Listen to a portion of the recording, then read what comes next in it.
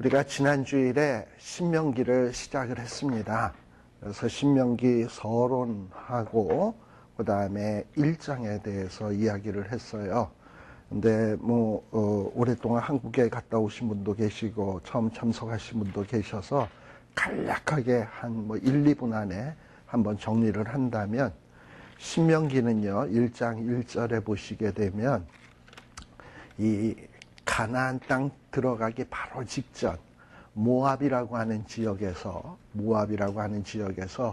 모세가 제2세대, 2세대라고 하면은 1세대들은 이제 광야에서 다 죽었어요.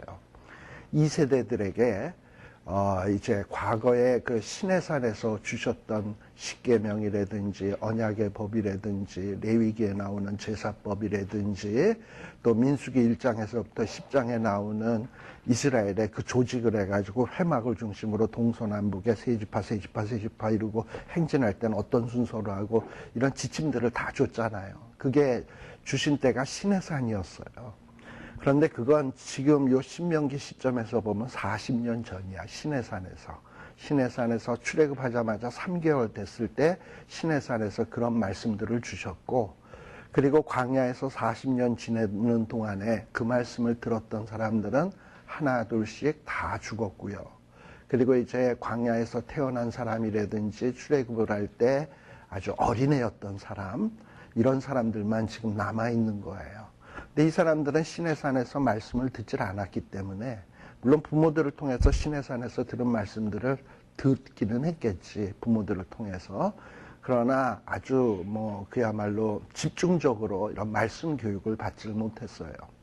그런데 모세가 이제 가나안 땅 들어가기에 딱 앞서서 이제 얘네들이 가나안 땅에 들어가면 어떻게 과연 하나님의 백성답게 살 수 있을까 염려하면서, 특히 또 모세는 자기 자신이 못 들어가잖아, 가나안 땅에. 그러니까는 자식을 물가에 내보내는 그런 심정이니까 얼마나 그 백성들을 볼 때 얘들이 잘할 수 있을까, 그리고 노심초사 염려되겠습니까? 그런 마음을 가지고 이제 이 하나님의 말씀, 시내산에서 주셨던 말씀들을 쭉 설명하는 이야기가 신명기입니다. 그래서 이 신명기는 시내산에서 주신 말씀이 아니라 모압 평지에서 주신 말씀이다. 그리고 이 신명기의 말씀을 듣는 사람은 일찍이 십계명을 들었던 사람하고는 또 이제 다른 세대다라는 거를 여러분들이 생각할 필요가 있어요. 그래서 1장에서는 뭘 얘기를 했냐, 여러분들 그 1장에서 나오는 얘기를 가만 보시게 되면 우리 그 2절 말씀해 보면 이 시내산에서 시내산이라고도 하고 호렙산이라고도 하는데요. 거기에서 십계명을 받고 언약의 법을 받고 3개월 동안 거기에서 십계명 받고 언약의 법 받고 또 나머지 11개월 동안 레위기의 제사법 이런 교육을 받은 다음에 이제 가나안 땅을 향하여 전진해 가는 거예요. 근데 가나안 문턱이 어디냐면 가데스 바네아라는 곳이거든요. 그 가나안 땅 문턱까지, 가데스 바네아까지 거리가 얼마나 되냐, 도보로 가면은 한 10하루길밖에 안 걸리는 그렇게 먼 길이 아니에요. 키로수로 친다면 한 260km 정도 되는 이런 곳인데, 하루에 한 6시간씩 걷는다 치고 그러면은 가데스 바네아까지 10하루길이면 도착할 수 있는 길이에요. 그런데 이 3절에 보게 되면 40년이 지나서 가데스 바네아에 또다시 도착을 합니다. 처음에 가데스 바네아에 도착했을 때는 뭘 했었냐면 12정탐꾼을 파송을 해가지고 가나안 땅이 어떤가를 알아봤어요.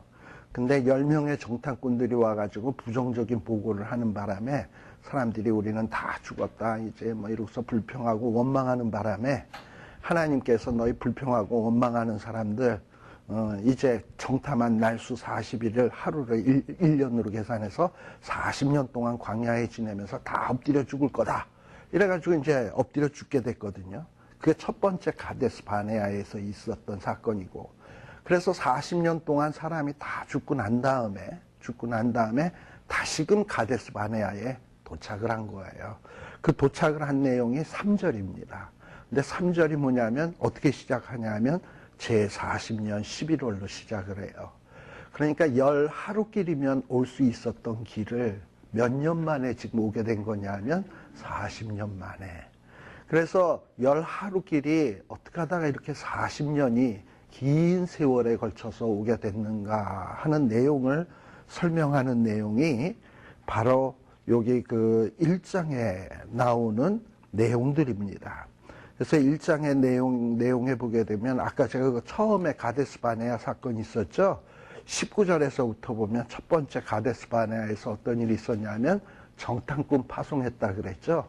정탐꾼 파송하고 사람들이 불평하고 원망했다라는 얘기했어요. 자, 그런데 백성들이 이렇게 하나님을 믿지 아니하고 이 10명의 정탐꾼들의 말씀을 듣고 하나님 앞에 불평하고 원망한 것을 성경은 뭐라고 얘기하냐? 1장 43절에 보시게 되면 너희가 듣지 아니하고 여호와의 명을 거역했다라고 얘기합니다. 또 1장 32절에도 보게 되면 이 일에 너희가 너희 하나님 여호와를 믿지 않았다. 왜 10하루길을 40년 동안 걸리게 되었는가? 하나님이 가나안 땅 준다 그랬는데 그 올라가면 될 것을 올라가지 아니하고 백성들은 뭐라 그랬냐면 올라가라 그랬더니 잠깐만요. 그냥 올라가서야 되겠습니까? 우리가 가나안 땅을 정탐해보고 과연 점령할 수 있는 땅인지 어디로 가야 점령을 하기에 쉬운지 이런 거 알아보고 가야지 하나님이 가른다고 무턱대고 가면 되겠습니까? 해가지고 정탐꾼을 보낸 거거든요. 이게 다 뭐냐 하면 하나님을 믿지 않은 거야. 그리고 올라가라 그러는데 안 올라간 거예요. 그래서 하나님을 믿지 않고 하나님의 명령을 거역했기 때문에 10하루길이 40년이 돼버린 거예요. 우리들도 똑같아요. 뭐냐 하면은 우리들이 성경 말씀에 보면 우리에게 시시때때로 삶 속에서 하나님이 명령 주시는 것이 있거든. 그런데 그 명령의 말씀들을 딱 읽을 때 하나님, 현실은 이렇지가 않아요. 현실은 이 말씀대로 살다가는 쪽박차요. 하나님, 이건 하나님의 생각이 좀 틀린 것 같아요. 하고 내 생각이 옳다고 뭘 하잖아요. 빨리 될 것 같죠. 10하루길이 40년 됩니다. 그때서 40년 지나서 뭐라고 얘기하느냐. 아, 하나님의 생각이 맞았군요. 내가 40년 허송세월했군요. 하고 후회하게 되는 거예요. 그래서 성경에서 말씀하는 가장 중요한 것은 뭐냐면 무엇이 가장 복된 길이냐 할 때 하나님의 말씀대로 하는 것이 가장 복되다는 거예요. 왜 그러느냐 하면 하나님이 천지 만물의 창조자고 우리 인간의 창조자고 모든 것을 설계하고 만드신 분이거든요. 따라서 그분이 우리에게 주시는 매뉴얼이 있는 거예요. 그 매뉴얼대로 해야 이게 제대로 사용을 할 수 있지. 우리가 기계를 사도 그렇잖아요. 기계를 딱 보고 내 짐작대로 내 생각대로 멋대로 그 기계를 작동하다 보면은 망가져가지고 그런 경우에는요.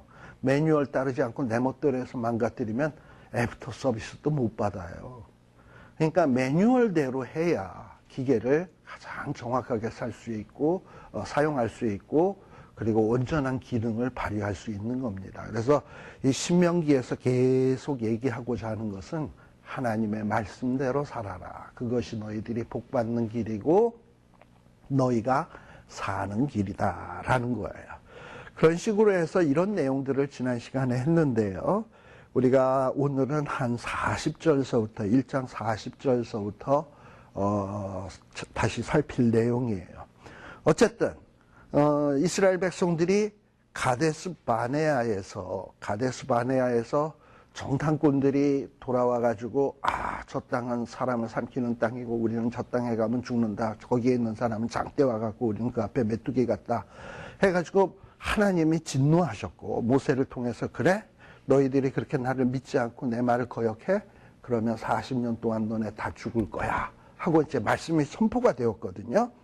그리고 그렇게 되었기 때문에 이제 이스라엘 백성 그리고 이제 하나님께서는 어떤 명령을 하느냐?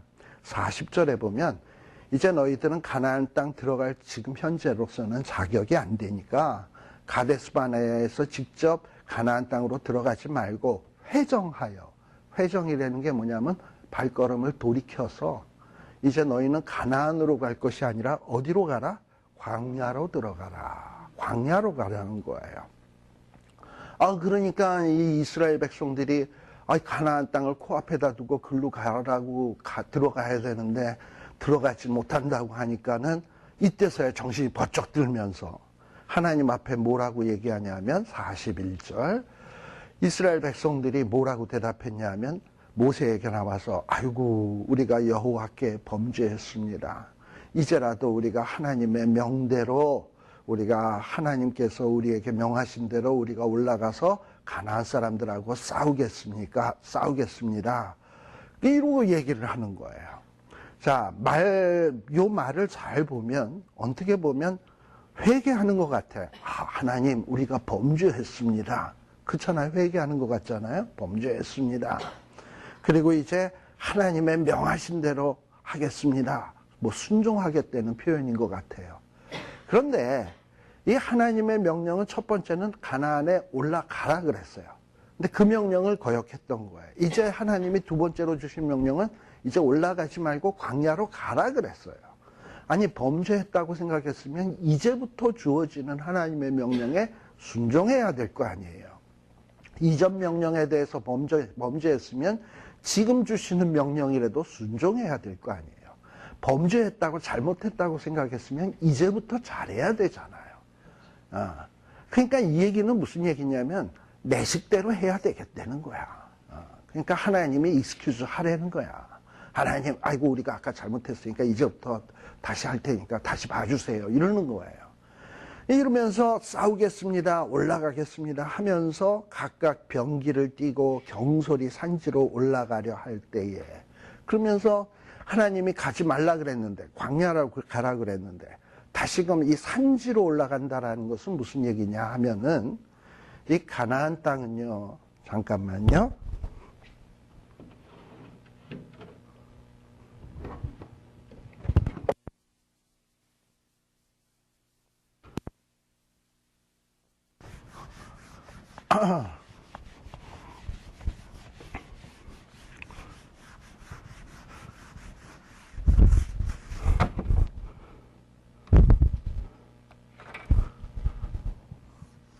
이거 잘 안 나오네.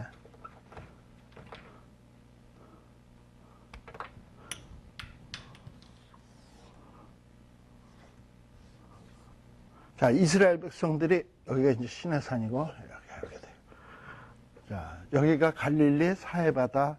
이러고서 이제 이스라엘 백성들이 애굽에서 나와서 이런 식으로 지금 가고 있는 거예요. 가나안 땅으로. 가나안 땅은 여기가 가나안 땅이에요. 여기가 지중해고. 자, 이렇게 올라가는데 가데스 바네아라는 곳은 어디냐면 여기 이제 산들이 막 있어. 가데스 바네아가 요쯤 돼요. 이 가데스 바네아 가나안 문턱에서 정탐꾼 보냈다가 이렇게 된 거예요. 하나님은 인류에서 올라가라는 얘기였거든요. 못 간다는 거예요. 그래서 이제 40년 동안 여기서 이제 뺑뺑뺑뺑 도는 거예요. 그런데 못 간다 그러니까 이제 광야로 가라 그러니까는 우리 올라가겠습니다 하고서 올라가겠다는 거야. 근데 여기가 뭐냐면 아비림 산맥이라고 있어가지고 산이 있는 곳이에요. 산지예요. 이스라엘 땅의 거의 3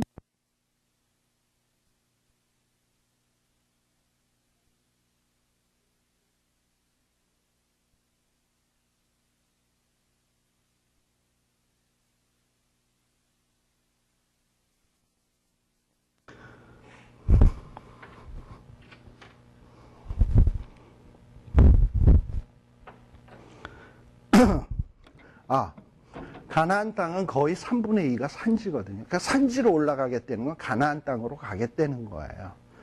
자, 그런데 산지로 올라가려고 할 때 하나님께서 모세에게 다시 말씀하십니다. 뭐라고 얘기하냐면 이제는 올라가지 마라. 아까 올라갈 때는 안 올라갔으니까 이제는 올라가지 말라는 거예요. 그리고 가나안 사람들하고 싸우지도 말라는 거예요. 이유가 뭡니까? 이제는 내가 너희와 함께 있지 않겠다라는 거예요. 이스라엘 백성들이 그동안 애굽에서 나오면서 애굽 바로와 싸웠고 그리고 또 홍해를 건넌 다음에 르비딤이라는 곳에서 아말렉과 싸워서 모세가 이렇게 손들고 기도할 때 승리를 했어요. 내리면 좀 소강 상태고. 이러면서 이렇게 기도하면서 어떤 큰 전쟁을 이기곤 했습니다. 근데 그때 전쟁에 이길 때 이스라엘 백성들이 자기 실력으로 이겼냐 하면 아니에요. 하나님이 함께 하셨기 때문에 이길 수 있었어요. 그러니까 이스라엘 백성들이 전쟁에 이길 수 있었던 비결이 있다면 하나님이 함께 하는 거예요. 그런데 이스라엘 백성들이 지금 다시금 산지로 올라가서 가나안 사람과 싸우겠다가 병기를 들고 올라가면 무조건 이기느냐?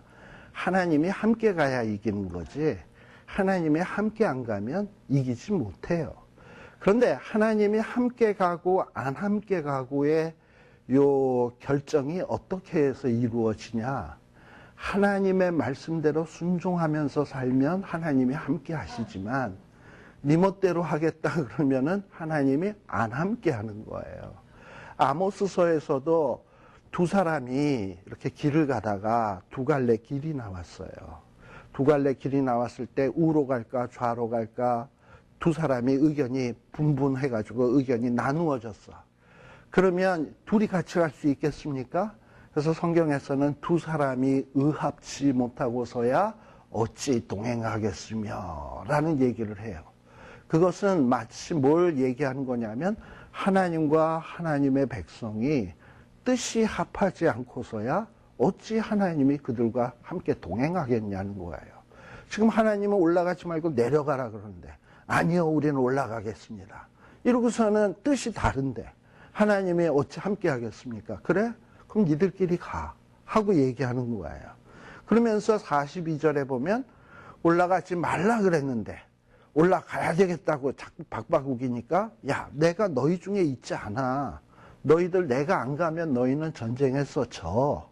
그러니 올라가지 마 하고 지금 신신당부하고 있는데도 이스라엘 백성들은 43절에 보게 되면 뭐라고 얘기하냐? 하나님의 말씀이 귀뚱에도 안 들려. 있잖아요. 자기 생각에 머릿속에 확 어떤 결론이 내려지고 결정을 딱 해버리면 그 다음에는 다른 사람의 어떤 충고나 권고나 조언이 전혀 안 들리는 거 알아요? 안 듣는 거야. 하나님이 함께 안 해. 아주 중요한 사실을 얘기하는데도 듣질 않고, 그리고 광야로 가라고 하신 하나님의 명령을 거역하고, 그리고 뭐라고요? 천자희. 우리 개역개정에는 뭐라고 나옵니까? 천자희라는 말이. 천자희라는 말이 개역개정에서도 천자희라고 나오나요? 새로 나온 성경에도? 다들 옛날 성경 들고 다니시나? 천자희라는 말은 어떤 지금 이 상황을 제대로 분별함이 없이 그냥 지 생각대로 교만해가지고 우쭐해서 하는 행동. 이게 천자희야. 그러니까 지금 하나님이 왜 올라가라 그랬다가 올라가지 말라 그랬을까? 이런 거에 대해서 좀 분별을 하고 생각을 해야 돼요. 그리고 광야로 가라 그랬으면 그 뜻이 있을 텐데, 또 하나님이 함께하지 않겠다고 했으면 어떤 결과가 나오지? 이런 걸 생각을 해야 돼요. 이런 거에 대한 분별이 없이 나는 할 수 있어 무조건 자기 생각에 도취돼가지고 이러고 경솔히하는 행동을 가리켜서 천자히, 히브리어로 주드라는 말을 씁니다. 천자히 행했다라고 얘기하고 있는 거예요. 자, 그러니 이렇게 지멋대로 행동을 했으니 어떤 결과가 벌어지겠습니까? 44절에 보니까 이 산지에 거하는 아모리 족속이, 아까 그 산 아까 보여줬죠? 그 산 약간 위쪽에 보면 아모리 족속들이 있어요. 이 아모리 족속들은 언제부터 살았던, 가나안 땅에 살았던 사람들이냐면 아브라함이 갈대아 우르를 떠나서 가나안 땅에 왔잖아요. 그 전서부터 아모리 사람들은 거기 살고 있었어요. 근데 이 아모리 사람들은 굉장히 키도 크고 등치도 좋고 그리고 강력한 민족이에요. 이 족속들이 거기에 떡하니 버티고 있는 거예요. 근데 이 떡 버티고 있는 사람이 벌써 아브라함 때서부터, 이전서부터 살았으니까, 아브라함 때서부터 지금 이스라엘 백성들이 출애굽할 때까지 몇 년이 지났습니까? 400년이 넘게 지난 거 아니에요? 400년 넘도록 지들이 지금 살고 있는데 엉뚱한 민족들이 애굽에서 나와서 지네 땅에 들어온다는 거야. 이유인 즉슨 아브라함에게 주셨다는 거야. 근데 아브라함 살 때에 이미 가나안 사람들은 거기 살고 있었거든. 살고 있는데 누가 들어왔어요? 아브라함 혼자 들어온 거 아닙니까? 가나안 땅에 살던 사람은 더 많았고. 그러니까 아모리 사람 입장에서 보면 누가 객이고 누가 그 땅의 주인이에요? 자기네들이 주인이고 쟤네들이 객인데 이전에 400년 전에 뭐 아브라함이 잠시 살았다는 이유로 이 땅을 넘봐? 웃기잖아요. 그러니까 이것들 봐라, 이것들이 우리 땅에 올라온다고? 이러고서는 그 산지에서 와르르 그냥 떼거지로 내려와 가지고 지금 이 가나안 땅으로 올라오려고 하는 이스라엘 사람들에게 달겨들었어요. 어떻게 여기 나오는 표현을 보면 참 재밌어. 44절 마주 나와서 어떻게? 벌떼같이. 여러분들 그 산소 같은 데 가서 벌초라는 거 하잖아요. 그러다가 말벌 집 있는 데를 툭 하고 건드렸다든지 그러면 어떻게 됩니까? 완전히 얼굴이 밤탱이 되는 거 아시죠? 벌떼들이 그냥 벌떼같이 달려들어가지고 이리 쏘, 심지어는 죽어요. 벌에 물려서. 그런 일들 많이 봐요. 그런데 이렇게 벌떼같이 달려들어가지고 아모리 족속들이 이스라엘 사람들을 공격한 거예요. 그래가지고 막 공격을 해가지고 호르마까지 미쳤다. 이거 굉장히 멀리까지 따라온 거예요. 이래가지고 이스라엘 백성들이 완전히 전쟁에 패하게 된 거지. 자, 그러니까 이제 패하고 돌아와서 하나님 앞에서 아이고 잘못했습니다. 통곡을 하지만 하나님께서는 어떻게 한다? 듣지 않는다. 우리가 하나님께서 하시는 어떤 행하시는 원칙 가운데 뭐 하나님이 뭐 자비하심, 인자하심으로 행하시기도 하지만 어떨 때는 우리의 행한 대로 보응하시는 하나님 아십니까? 자, 이스라엘 백성들이 올라가라 그럴 때는 안 듣고 내려가라 광야로 가라 그럴 때도 안 듣고 그러니까 이스라엘 백성들은 하나님의 말씀을 전혀 안 들었어. 그래 놓고서 이제 와서 통곡하면서 살려주세요. 내 말 좀 들어주세요. 내 말 듣고 구원해 주세요. 하면 하나님은 맨날 이스라엘 백성 말을 듣기만 하는 분이야? 지들은 하나님의 말씀을 죽어라 하고 안 들었는데 그러니까 이스라엘 백성들이 하나님의 말씀을 안 들었기 때문에 이제는 하나님도 그들의 말을 안 듣는다는 거야. 행한 대로 보응하시는 하나님 안 들어. 하나님의 말씀에 귀를 기울이지 않았기 때문에 하나님도 이스라엘 백성들에게 귀를 기울이지 않는 거예요. 그리고 약속하신 대로 어떻게 되느냐? 너희들은 이 가데스 바네아에서 40년 동안 유리하고 방황해야 된다. 이러고서는 방황하는데 그게 뭐냐? 정탐한 날이 40일이었거든요. 정탐꾼이 들어가서. 그래서 하루를 1년으로 환산해서 40년 동안 이스라엘 백성들이 광야에서 방황하면서 불평하고 원망했던 사람들이 다 죽어갑니다. 자, 우리는 그거 뭐 명령 한번 안 들었다고 11일 걸릴 길을 40년 동안 헤매게 하시고 고생하게 하시고 그리고 또 이 40년 동안 고생하게 할 뿐만 아니라 그 광야에서 가나안 땅 발도 못 들여다 놓고 죽는다. 이거 하나님이 너무 가혹하신 것 아닌가? 너무 잔인하신 것 아닌가? 하는 이런 의문이 좀 들어요. 끝까지 그 명령 좀 안 들었다고 40년 동안 다 죽여? 그리고 또 그것도 1년도 아니고 한 1년쯤 하시셔도 뭐 충분히 혼낼 가치가 되는데 40년 동안을 이렇게 헤매게 하셔? 이러고서는 뭐 우리가 좀 하나님에 대해서 이건 너무하신 것 아닌가? 이런 생각을 좀 할 수가 있습니다. 그런데 이 40년이라고 하는 이 광야에서 40년 동안 보내게 하신 데는 이유가 있어요. 사실 하나님은 이스라엘 백성들이 불순종했으니까 불순종하는 그 순간에 그냥 아예 다 몰살시킬 수도 있어요. 그렇지 않겠습니까? 몰살시킬 수도 있는데 우리 하나님께서는 1장에 보시게 되면 하나님께서 이스라엘 백성들에게 뭐라고 얘기를 했냐? 39절 1장 39절에 보게 되면 하나님이 야 너희들이 이제 가나안 땅에 들어가면 우리는 패한다. 우리 자식들은 다 사로잡힐 거다. 막 이렇게 불평했거든요. 그랬더니 하나님께서 뭐라고 얘기하냐. 너희들이 사로잡힌다고 하던 너희들의 자녀들은 가나안 땅에 들어가지만 그렇지만 너희는 못 들어간다라는 거예요. 불평한 사람들은 못 들어가고 불평한 사람들이 우리 자식들이 사로잡힐 거다라고 막 이렇게 생각했던 자들은 가나안 땅에 들어가고 불평 원망했던 자들은 못 들어간다는 거예요. 근데 만일에 하나님이 이렇게 불평하고 원망한다고 해가지고 이 부모들을 그냥 그 즉석으로 다 죽여버리면 사로잡힐 것 같다라고 하는 그 어린애들은 졸지에 뭐가 됩니까? 고아가 되는 거예요.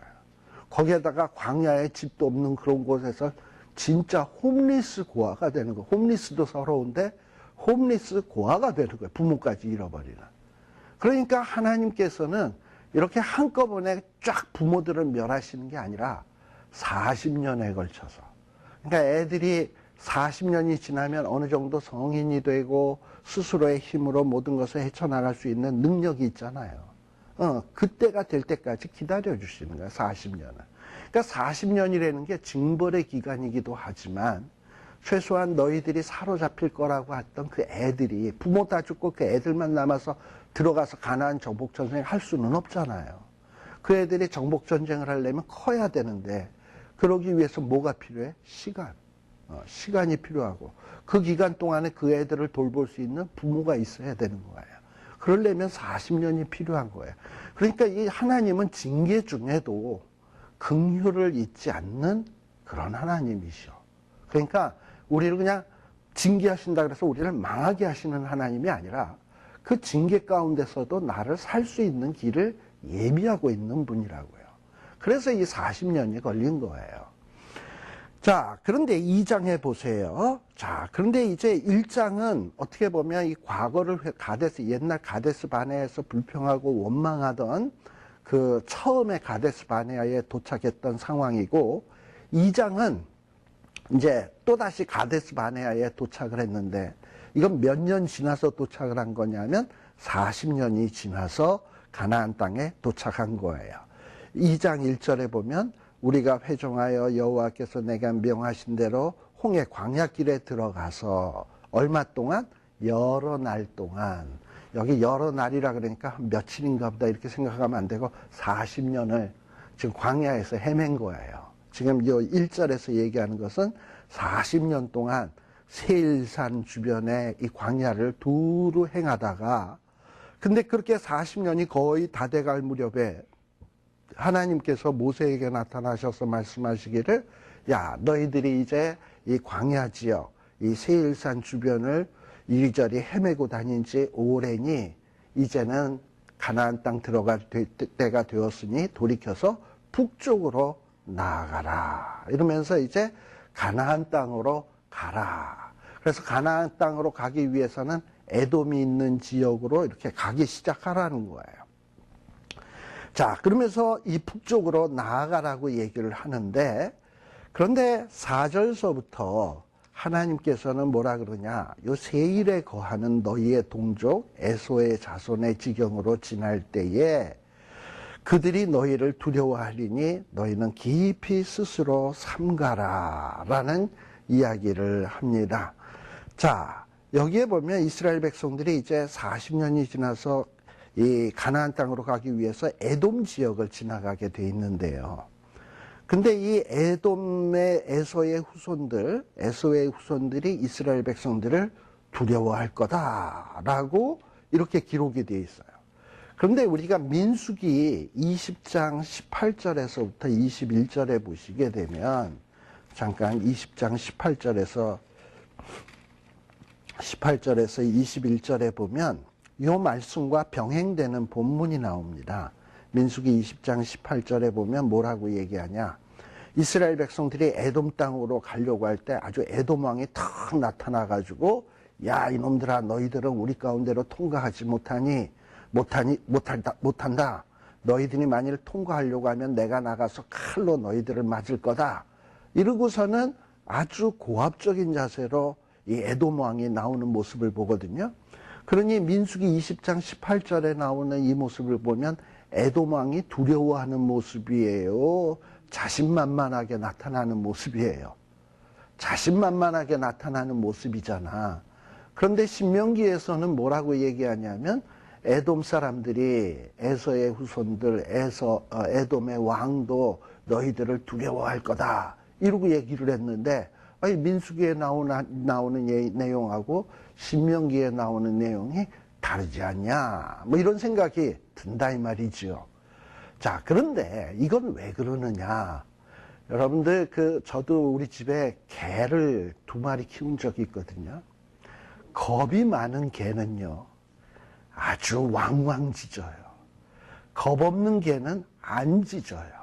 쓱 쳐다보고 있다가 슬그머니 와서 그냥 확 물어요. 그냥 걔네들은. 그러니까 진짜 무서운 개는 어떤 개냐? 그냥 쓱 보고 슬금 달가오다가 쿡 무는 놈. 이런 놈은 겁 없는 개야. 근데 겁 있는 개는 그냥 거품을 물고 물어. 근데 사람이 보기에는 막 거품을 물고 짖으면 그게 더 싸나워 보이고 그게 더 아주 용맹해 보이는데 전혀 안 그래요.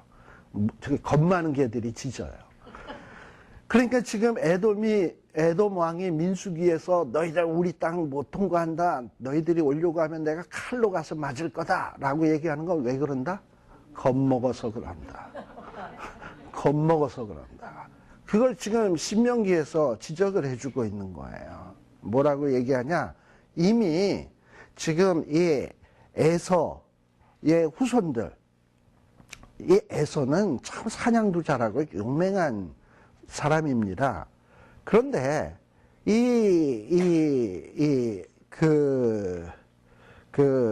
에서의 후손들이 지금 이스라엘 백성들을 두려워하는 거예요. 근데 이 두려워하게 되는 데는 이유가 있습니다. 우리가 이미 민수기에서 우리 얘기했습니다만 이스라엘 백성들이 어떻게 했습니까? 뭐 바산왕 옥돔, 저 애굽이라고 하는 엄청난 나라를 물리쳤잖아요. 애굽이라는 나라가 지금은 지지리도 못 사는 그런 나라지만 당시에는 세계의 최강의 국가예요. 지금 오늘날의 미국이나 마찬가지야. 바로 하면 오바마 뭐 그 이상이야. 이 정도의 존재인데 이런 자들을 완전히 수장시키고 왔잖아요. 홍해에다. 근데 그런 발 없는 말이 천리 간다고 이 에돔 사람들이 그런 소식을 왜 못 들었겠습니까? 또 에돔 사람들은 자기의 형제의 후손인 이스라엘 백성들에 대해서 관심이 참 많거든. 근데 얘네들이 애굽을 물리치고 나왔다? 그런데 막 자기네 땅 쪽으로 온다? 두려운 거예요. 두려움을 느끼게 된 거예요. 당연히 두려움이 당연하지. 자, 그런데 하나님께서는 뭐라고 얘기하냐? 너희는 이 에서가 4절의 끝부분입니다. 너희는 에서의 후손들이 두려워하는데 너희들이 깊이 스스로 삼가고 그들과 다투지 말래. 그들과 싸우지 말래요. 왜 그랬을까요? 형제 나라기 때문에 그래요. 그러면서 뭐라고 얘기하냐면 이 에서의 후손들이 가진 땅, 에돔 땅은 한 발자국도 이스라엘 백성들에게 주지 않을 테니까 너희들은 그 땅을 점령할 생각, 정복할 생각 추호도 하지 말아라 라고 얘기를 하는 거예요. 그리고 너희들이 에서의 땅을 통과할 때는 어떻게 하냐? 돈으로 그들에게 양식을 사고 돈으로 그들에게 물을 사서 마셔라.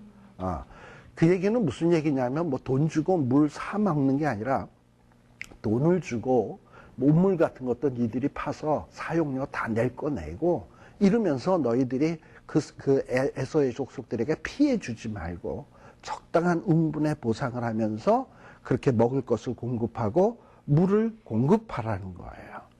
왜 하나님께서 이렇게 에서의 후손들의 땅을 한 치의 땅도 침범해서는 안 된다, 그들과 다투지 말라 하시냐 하면은 5절 끝에 보게 되면 하나님께서 이 에서의 후손들에게 세일산을 중심으로 한 그 일대의 땅을 에서에게 기업으로 주셨대요. 이건 누가 주신 거냐면 하나님이 에서에게 기업으로 주셨다는 거예요.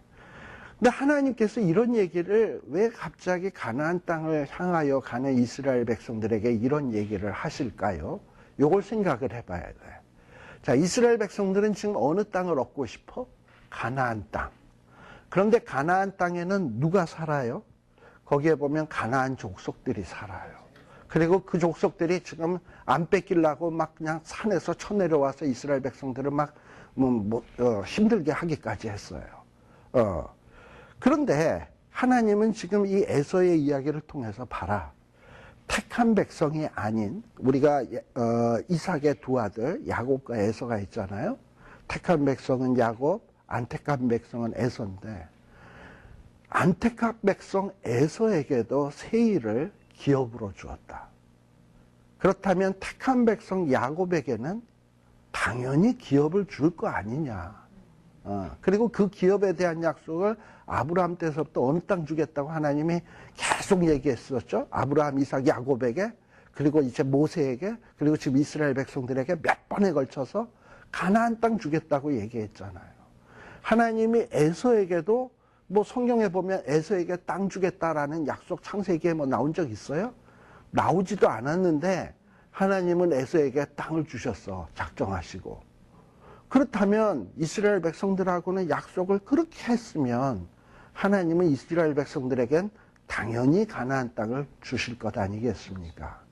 그래서 이스라엘 백성들은 이 에서의 땅을 이거 하나님이 주신 땅이니까 우리가 침범하면 안 되는구나 돌아가면서 그렇다면 하나님이 주신 땅, 저 땅은 우리 땅이 되겠구나 하고 가면 되는 거예요.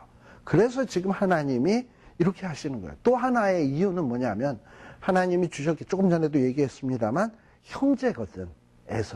에서의 후손은 하나님은 가급적 이 에서의 후손 형제들과 싸우는 것을 원치 않으세요. 자, 그러면서 뭐라고 얘기합니까? 7절에 보면 내 하나님 여호와가 너의 하는 모든 일에 복을 주고 내가 큰 광야에서 도로 행함을 알고 내 하나님 여호와가 이 40년 동안 너와 함께 하였으므로 내게 부족함이 없었느니라 하셨다 하라 하기로 라고 얘기를 합니다. 자, 이스라엘 백성들이 이 광야에서 지낼 때 광야는 뭐 곡식이 자랍니까? 물이 있습니까? 없어요. 그럼에도 불구하고 하나님이 함께 하니까 먹는 것에 줄이지 않았고요. 물이 없어서 갈증으로 인해서 죽지 않았어요. 그리고 나중에 신명기 뒷부분에 보면 이스라엘 백성들의 신발이 틀어지지 아니하고 의복이 헤어지지 않았어요. 뭐 화려하고 멋지게 풍요로운 삶은 살진 않았지만 굶어 죽을 정도로 그렇게 못 산 것은 또 아니에요. 살 만큼은 살았어요. 근데 이렇게 살게 된 이유가 뭐냐? 하나님이 함께 하셨기 때문이다 라고 얘기하는 거예요. 이렇게 하나님이 이제 함께 하니까 가나안 땅 누구 땅이 된다? 하나님이 주실 거니까 가나안 땅 너희들 땅이 된다라는 거예요. 자, 그래서 이 에돔 땅을 지나서 그 다음에 이제 어디를 가게 됐냐면 모압 땅에 이르게 되는 거예요. 8절에 보면 모압 광야길로 진행할 때에 또 하나님이 정 나타나셔서 하시는 말씀이 뭐냐 하면은 모압도 괴롭게 하지 말라. 모압 백성하고도 싸우지 말라라고 얘기하는 거예요. 이유는 똑같아. 왜냐하면 이 모압 땅은 하나님이 이스라엘 백성들에게 주려고 약속하신 땅이 아니야. 기업으로 준 땅이 아니에요. 어떤 땅이냐? 이 땅은 롯의 후손들에게 주기로 약속한 땅이에요. 여러분들 이 롯에게는 두 딸이 있었던 거 아시죠? 그래서 이 두 딸로 인해서 모압 자손과 암몬 자손이 나오게 된 거를 잘 아실 거예요. 자, 그래서 이 모압 자손, 암몬 자손도 아브라함하고 롯의 관계는 조카잖아. 그러면 이 롯의 후손들하고 이스라엘의 후손들, 아브라함의 후손들하고는 당연히 친척이지. 그러니까 아까 형제하고도 싸우지 말고 또 누구하고도 싸우지 말라는 거예요. 친척하고도 싸우지 말라는 거예요. 모압 족속하고도 싸우지 말아라 라고 얘기하고 있는 겁니다. 모압 족속하고도 싸우지 말아라. 자, 그러면서 왜냐하면 롯 자손에게 이 아르라고 하는 이 땅을 기업으로 주셨다는 거예요. 근데 이 아르라는 지역은 어떤 곳이냐? 10절에 보면 이 아르라고 하는 이 모압 사람들이 살고 있는 땅에는 이 모압 사람들이 살기 전에 엠 사람들이 살았대. 이 엠 사람들은 누구냐면 히브리어로 에밈이라는 말에서 나온 거거든요. 두렵다라는 뜻이에요. 그러니까 어떤 사람은 우리가 턱 보는 순간 좀 두려운 사람들 있잖아. 특히 우리 뭐 흑인들 운동선수 같은 사람이 우리 앞에 턱 나타나면 그냥 다 겁을 팍 먹잖아요. 등치도 크고 이러면은 아주 두려운 사람들이야. 이런 사람들이 살고 있었어요. 아르 땅에. 근데 이 사람들은 또 어떠냐? 강하기까지 해. 등치만 클 뿐만 아니라 무서울 뿐만 아니라 강하고 또 뭐 어때요? 많어. 그리고 어느 정도냐? 아낙 족속같이 키가 크므로. 우리가 이 아낙 족속은 굉장히 키가 큰 사람들입니다. 마치 어떤 사람들 같으냐 하면 골리앗 같은 사람들이야. 그러니 누가 봐도 위압감을 느끼고 두려움을 느끼는 사람들이에요. 근데 이런 사람들이 아르라고 하는 땅에 진치고 살고 있었어. 그런데 하나님이 롯의 후손 모압 사람들에게 그 땅 주시기로 작정을 하시니까 이 모압 사람들은 이 에밈 사람들에 비하면 약한 사람들이거든요. 그런데 하나님이 주기로 작정을 하시니까 이 모압 족속들이 그 아르 땅에 사는 에민 사람들을 다 쫓아내고 그 땅을 점령해가지고 이 모압 사람들이 그 아르라는 땅에서 살게 된 거예요. 지금 그 얘기를 지금 하나님이 이렇게 새삼스럽게 하는 이유가 무엇이겠습니까? 또 11절에 보면 이 모압 땅에 살던 사람들은 어떤 사람들이냐? 아낙 족속과 같이 르바임이라 칭하였으나, 르바임이라는 말이 나오죠. 이 르바임이라는 말은 영어 성경 RSV 성경 같은 데 보면 뭘로 나오느냐 하면 자이언트. 자이언트가 뭔지 알아요? 거인이에요. 거인들이 살던 곳인데 이 모압 사람들이 그것을 다 점령을 해버린 거야. 또 12절에 보면 아까 우리 에서의 후손들도 하나님이 세일산 주변의 땅을 주셨다 그랬죠. 그 세일산 주변에는 12절에 보면은 누가 살고 있었냐? 호리 사람들이 원래는 세일산 근처에 살고 있었어요. 호리 사람들이. 세일산 호리 사람들이 그곳에 살고 있었는데 이 호리 사람들도 대단한 사람이에요. 이 사람들은 어떤 사람들이냐면 원래 이 세일산은 어떤 산이냐면 석회암으로 됐는데 뭐냐면 붉은 석회암이야. 우리 어디입니까? 브라이스 캐년 같은 데 가보셨죠? 브라이스 캐년 못 가보신 분? 다 갔다 오셨구나. 브라이스 캐년 가보면 붉은 산들이 막 있잖아. 우리가 뭐 금강산 12,000봉 하는데 나는 브라이스 캐년 딱 보고서 저 12,000봉 뭐 이렇게 얘기를 하는데 저건 엄청나게 많겠다. 이런 생각이 들었어요. 그런데 세일산이 그런 바위들이 그렇게 삐쭉삐쭉 솟은 게 많아. 그런데 그게 석회암 질로 돼 있어가지고 비가 오거나 그러면은 구멍이 뚫려져 가지고 곳곳에 또 구멍이 이렇게 나 있어요. 여러분들 그 유타주에 보면 아치스 공원 같은 데 보면 이렇게 굴인데 이렇게 터널 같이 이렇게 뻥 뚫려 있는 것들이 생기잖아요. 빗물이 이렇게 스며들면서 가운데가 뚫린 거예요. 또는 바람에 의해서. 이래가지고 이렇게 요쪽에 구멍 나고 요쪽에 구멍 나고 이래가지고 막 개미굴처럼 돼 있는 곳이거든요. 그야말로 천연 요새예요. 천연 요새예요. 근데 이 호리 사람들은 그런 굴 속에 살면서 적들이 쳐들어오면 요 구멍으로 쓱 들어갔다 저쪽 구멍으로 나와가지고 뒤통수를 딱 치고 이러면서 승리하는 민족이야. 그니 그 세일산 지역은 점령하고 싶어도 점령할 수 없는 곳이에요. 그런데 이 호리 사람들을 누가 다 몰아냈냐? 에서의 후손들이 다 몰아내고 에서의 후손들이 거기 살게 된 거예요. 어떻게 이게 가능하냐? 하나님이 에서에게 세일산 지역을 기업으로 주시기로 작정했기 때문에 그래. 그래서 이스라엘 이 에서의 후손들도 그 세계 세일산 주변을 점령을 할 수 있었던 거예요. 자, 그러니 지금 이런 얘기를 하나님이 지금 누구에게 하는 겁니까? 광야 생활 40년이 지난, 광야에서 태어난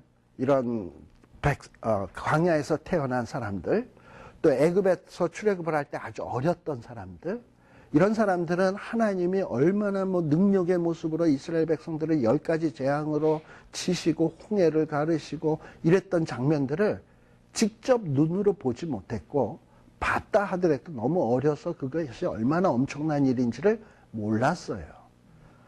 그러니 이런 사람들이 지금 광야에서 태어나가지고 어린애나 진비 없는 사람들이 가나안 땅에 엄청나게 등치 큰 사람들이 이러고 버티고 있는데, 쟤네들을 우리가 이길 수 있을까? 우리들이 저 땅을 점령할 수 있을까? 걱정 근심할 거 아니에요. 그러니까 하나님께서 뭐라고 얘기하냐면, 봐라, 너 에서 땅 침략하지 마, 모압 땅도 침략하지 마. 내가 이 땅들은 얘네들한테 다 기업으로 준 거야.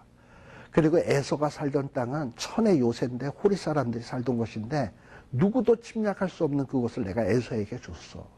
그리고 모압 사람들이 살던 그 땅은 에밈이라고 하는 키가 크고 장대 같은 사람들이 살았는데, 그 조그마한 모압 사람들이 그 땅 점령할 수 있게 해줬어. 왜? 하나님이 기업으로 줬으니까. 그렇다면 너희들이 이제 가나안 땅 들어가는데, 그 가나안 땅에 비록 큰 사람이 산다 할지라도 너희들이 겁먹을 이유가 있겠냐? 내가 주기로 작정을 했으면 당근 얻게 되는 거지.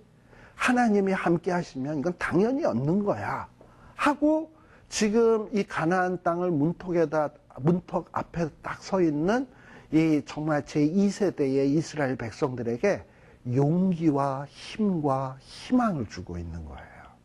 이게 지금 하나님이 모압 족속에 대한 이야기, 에서의 족속에 대한 이야기를 하고 있는 의도입니다. 우리 하나님께서 이렇게 이스라엘 백성들에게만 이렇게 말씀하시는 게 아니에요. 우리가 마태복음 제일 마지막 장에 보게 되면 우리 예수님께서 뭐라 그러냐? 너희는 가라. 모든 족속으로 제자를 삼아라. 그리고 아버지와 아들과 성령의 이름으로 세례를 주고 내가 너희에게 가르쳐 분부한 모든 것으로 가르쳐 지키게 하라. 그러면서 하시는 말씀이 있어요. 볼지어다. 내가 세상 끝날까지 누구와 함께 하겠다? 너와 함께 하겠다. 우리가 이 세상을 딱 바라다 보면 세상에는 우리보다 훨씬 더 실력 좋고 얼굴 잘생기고 강하고 돈 많고 힘 있는 자들이 많아요. 어떻게 보면 교회에 있는 사람들이 세상에 있는 사람들하고 비해보면 좀 찌질이 같아요. 어떻게 보면. 죄송합니다. 저만 그런 거 저도 압니다. 그런데 이런 내가 어떻게 저런 세상을 점령해. 저런 사람을 어떻게 점령해서 예수의 제자로 삼나. 내가 무슨 능력이 있다고, 무슨 힘이 있다고. 그러고서 겁나죠. 그리고 가서 예수 믿어 이러면은 상대방이 뭐라고 할 것 같으냐면 너같이 될까봐 안 믿는다. 뭐 이런 걱정이 들잖아요. 우리가 솔직히. 예. 그런데 우리 예수님은 뭐라고 얘기하냐면 두려워 말라. 걱정하지 마라. 내가 너와 함께 하겠다. 그냥 너는 가서 내가 저 땅에 있는 백성들, 내가 택한 백성들은 예수 믿도록 만들었으니까 이미 너는 가서 전하면 걔가 믿게 돼 있어. 그러니까 걱정 말고 가서 전해. 이러고 얘기하고 있는 거예요. 근데 우리는 자꾸 그런 어떤 하나님의 명령 앞에서 무슨 생각을 하느냐요? 잠깐만요. 정탐꾼 보내서 쟤네들이 믿을 만한지 안 믿을 건지 정탐해 봐야 되겠고, 어떤 방식으로 내가 전해야 될지 전략도 좀 짜야 되겠고, 이러고서 뭐 해봐야. 근데 그런 얘기 꺼내는 이유가 뭐냐면 가기 싫다는 거야. 요는 가기 싫어서 지금 주춤거리고 있는데 이 핑계 저 핑계 되는 거야. 그러면 11일 걸릴 거를 40일 걸리게 되는 거야. 아시겠어요? 그러니까 하나님이 주신다고 했으면 아멘 하고 가는 거예요. 나 비록 약하나 우리 주는 강하시다. 우리 가스배송에 있잖아요. 나는 비록 약하나 우리 주님 강하시다. 걱정하지 말고 이러고 가면 되는 것을 사람들은 자꾸 이렇게 생각을 해. 그리고 핑계를 대. 예. 자, 그래서 이제 13절에 보면 하나님이 뭐라고 얘기합니까? 이제 너희는 일어나서 모압에게도 하나님이 땅 주셨고, 그리고 에돔 족속에게도 땅 주셨고, 이제 하나님이 너희에게도 땅 주신다고 했으니 너희도 이제 땅 얻을 사람이니까 가라는 거예요. 13절. 일어나서 어디를 건너가라? 세례 시내를 건너가라. 이 세례 시내만 건너면 이제 가나안 땅이야. 가라는 거예요. 그래서 너희들이 이 세례 시내를 건너기까지 몇 년 걸렸다? 38년 걸렸다. 38년 걸렸다. 이 38년 동안 어떻게 되었냐? 모든 군인들이, 이 모든 군인들이 누구냐면 1세대 사람들이에요. 1세대 사람들이 어떤 사람들입니까? 애굽 땅에서 하나님의 큰 능력을 눈으로 목도한 사람들이에요. 10가지 재앙 일어나는 거 눈으로 봤고요. 그리고 6월절 사건으로 통해서 애굽의 장자들이 줄초상 나는 거 봤고요. 그리고서 이스라엘 백성들이 홍해 갈라지는 거 봤고요. 애굽의 왕들과 군사들이 그냥 수장당하는 거 봤고요. 광야 땅에 나와서 구름기둥 불기둥 봤고요. 반석이 깨지면서 물 나오는 거 봤고요. 뭐 이스라엘 백성들이 아말렉이 나왔을 때 모세가 산 위에서 기도할 때 승리하는 모습 봤고요. 그러니 여러 가지 이런 걸 보고 뭐라 그러냐? 산전수전 다 겪었다. 그렇잖아요. 산전수전 공중전까지 다 겪었어요. 자, 그렇다면은 전쟁을 하려면 어떤 사람이 전쟁을 잘하겠습니까? 산전수전 다 겪은 사람이 전쟁 잘할 거 아니에요? 우리가 군대에서도 보게 되면 장교가 있고 하사관이라고 있어요. 근데 이 하사관들은 장교는 아니지만 직업군인으로 군대에 오래 있어요. 근데 이런 사람이 왜 필요하냐? 군대에서 산전수전을 다 겪은 사람이 있어야 전쟁을 제대로 할 수 있기 때문에 그런 사람을 두는 거예요. 그런데 어떻게 보면 1세대들은 산전수전을 다 경험을 했기 때문에 어떻게 보면 가나안 땅에 들어가서 정복전쟁에 요긴하게 사용될 수 있을 것 같아. 그런데 하나님은 뭐라고 얘기하냐면 14절에 보게 되면 어떻게 보면 산전수전을 다 겪은 1세대 군인들이 하나님께서 맹세하신 대로 40년 동안에 이 이스라엘의 진중에서 어떻게 되었다? 멸절되었다. 왜 이럴까요? 하나님이 원하시는 것은 산전수전을 다 겪은 경험을 보는 게 아니에요. 하나님이 요구하시는 것은 뭐냐? 산전수전의 경험을 요구하는 게 아니라 하나님이 나와 함께하면 이길 수 있어 하는 이 믿음 보시겠다는 거예요. 그러니까 이스라엘 백성들이 이제 전쟁에서 가장 필요한 요소가 있다면 그것은 산전수전 겪은 다양한 경험이 아니고 정말 이 전쟁은 여호와께 속한 것이다. 만군의 여호와께서 나와 함께 계시니 내가 누구를 두려워하리요. 너는 칼과 창으로 내 앞으로 나오지만 나는 만군의 여호와의 이름으로 나가노라. 우리 하나님이 보시고 싶은 믿음은 그런 거예요. 그래서 이제 이스라엘 백성들이 싸움하는 데 있어서 꼭 필요한 것이 있다면 바로 이런 믿음. 이 믿음이 있으면 승리하는 거고, 이 믿음이 없이 자기 경험에 의해서 자기가 산전수전 겪은 거에 의해서 하나님의 명령하시면 잠깐만요 점검해 봐야 되겠어요, 따져 봐야 되겠어요, 생각해 봐야 되겠어요, 그러고서도 믿지 않고 순종하지 않고 거역하고 하면 넌 그냥 가라. 부르시는 거고, 그냥 하나님이 해라 그랬으면 하나님이 하라 그랬으면 오케이, 함께 하신다 그랬으면 오케이 하고 가면 승리하는 거예요. 근데 제가 지금 이런 얘기를 했습니다만 중요한 것은 뭐냐면 이런 어떤 중요한 이런 어떤 내용이 우리 삶에 적용이 돼야 된다는 거예요. 우리 삶에 있어서도 어떨 때 보면 살다가 보면 엄청난 문제 앞에 딱 부딪힐 때가 있어요. 그래서 하나님 앞에 기도를 합니다. 또 성경책을 펴놓고 읽습니다. 그럴 때 하나님이 뭐라고 얘기하냐? 지렁이 같은 야곱아 두려워 말라, 놀라지 말라.